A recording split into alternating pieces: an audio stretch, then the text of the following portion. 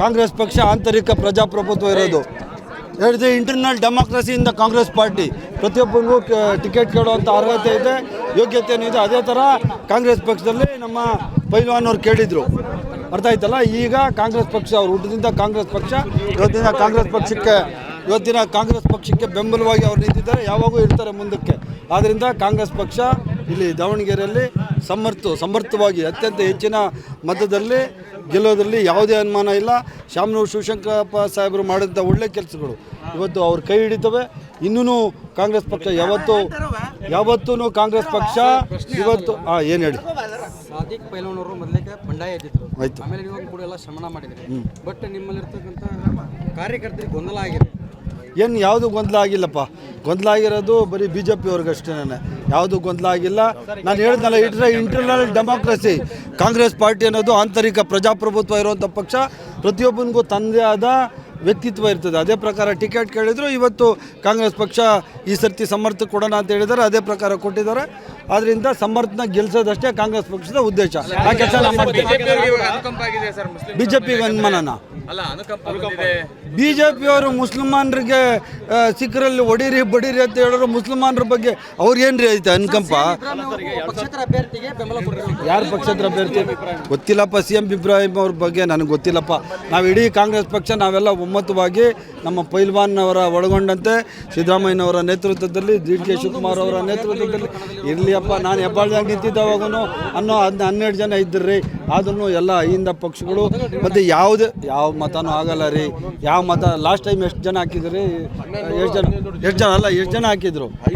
Independent ಎಷ್ಟು ಜನ ಹಾಕಿದ್ರು? ಅದೇ ಪ್ರಕಾರ ಹಾಕ್ತಾರೆ. ಅದರಲ್ಲಿ ಶಾಂತಿಯುತವಾಗಿ ನಡೀತಕ್ಕಂಥ ಚುನಾವಣೆ ಶಾಂತಿಯುತವಾಗಿ ನಡೀತಾ ಇತ್ತು. BJP ಆಗ್ತಾ ಇದೆ. ಏನಾಗಿದೆ? ಹೈ ಡ್ರಾಮಾ ನಡೀತಿಲ್ಲ. ಎಂಥದ್ದು ಪ್ರದೀಪ್ ಈಶ್ವರ್ ವರ್ಸಸ್ ಏನಾಯ್ತು? ನಂಗೆ ಗೊತ್ತಿಲ್ಲಪ್ಪ. ಅದೇನು ನೀವು ನಮ್ಮ ಅಭ್ಯರ್ಥಿ ಇಲ್ಲಿ ಸಮರ್ಥ ಏನು ಹೇಳ್ತಾನೆ ಅದೇ ಅಧಿಕೃತ. ಸಮರ್ಥ ಇಲ್ಲಿ ಏನು ಮಾತಾಡ್ತಾರೆ ಅದೇ ಅಧಿಕೃತ.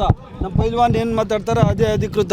ನಮ್ಮ ಮುಸ್ಲಿಂ ಲೀಡರ್ಸು, ಹಿಂದೂ ಲೀಡರ್ಸು, ಎಲ್ಲ ಸಮಾಜ, ಸರ್ವ ಜನಾಂಗದ ಶಾಂತಿಯ ತೋಟ ನಮ್ಮ ಕಾಂಗ್ರೆಸ್ ಪಕ್ಷ. ಅದರ ಥರ ದಾವಣಗೆರೆಯಲ್ಲಿ ನಾವೆಲ್ಲರೂ ಕಾಂಗ್ರೆಸ್ ಪಕ್ಷವನ್ನು ಗೆಲ್ಸೋದಷ್ಟೇ ನಮ್ಮ ಉದ್ದೇಶ. ಮ್ಯಾಟರ್ ಅಷ್ಟೇ. ಸಮರ್ಥ ಏನು ಹೇಳ್ತಾರೆ ಅದೇ ಅಧಿಕೃತ ರೀ. ಸಮರ್ಥ ನಮ್ಮ ಅಭ್ಯರ್ಥಿ.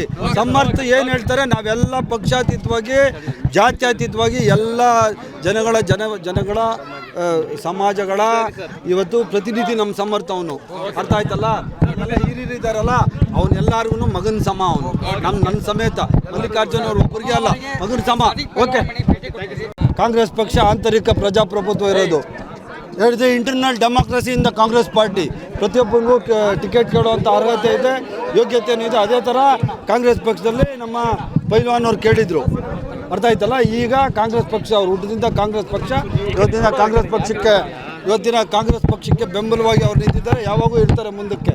ಆದ್ದರಿಂದ ಕಾಂಗ್ರೆಸ್ ಪಕ್ಷ ಇಲ್ಲಿ ದಾವಣಗೆರೆಯಲ್ಲಿ ಸಮರ್ಥವಾಗಿ ಅತ್ಯಂತ ಹೆಚ್ಚಿನ ಮತದಲ್ಲಿ ಗೆಲ್ಲೋದ್ರಲ್ಲಿ ಯಾವುದೇ ಅನುಮಾನ ಇಲ್ಲ. ಶಾಮನೂರು ಶಿವಶಂಕರಪ್ಪ ಸಾಹೇಬರು ಮಾಡಿದಂಥ ಒಳ್ಳೆ ಕೆಲಸಗಳು ಇವತ್ತು ಅವ್ರ ಕೈ ಹಿಡಿತವೆ.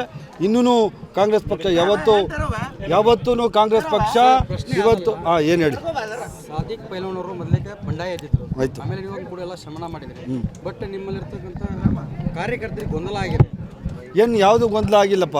ಗೊಂದಲ ಆಗಿರೋದು ಬರೀ BJP ಅವ್ರಿಗಷ್ಟೇ, ಯಾವುದು ಗೊಂದಲ ಆಗಿಲ್ಲ. ನಾನು ಹೇಳಿದ್ನಲ್ಲ, ಇಂಟರ್ನಲ್ ಡೆಮಾಕ್ರಸಿ.